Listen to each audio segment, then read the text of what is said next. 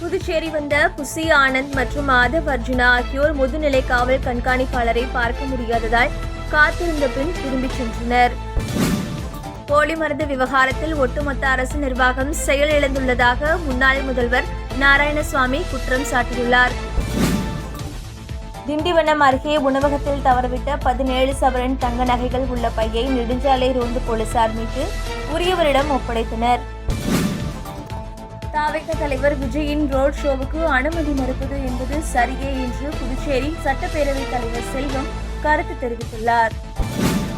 காரைக்காலில் மழையால் பாதிக்கப்பட்ட மக்களுக்கு உணவு தயார் செய்யவில்லை என்று அதிகாரிகளை ஆவேசமாக பேசிய அமைச்சர் திருமுருகன் வீடியோ சமூக வலைதளத்தில் வைரலாக பரவி பரபரப்பை ஏற்படுத்தியுள்ளது.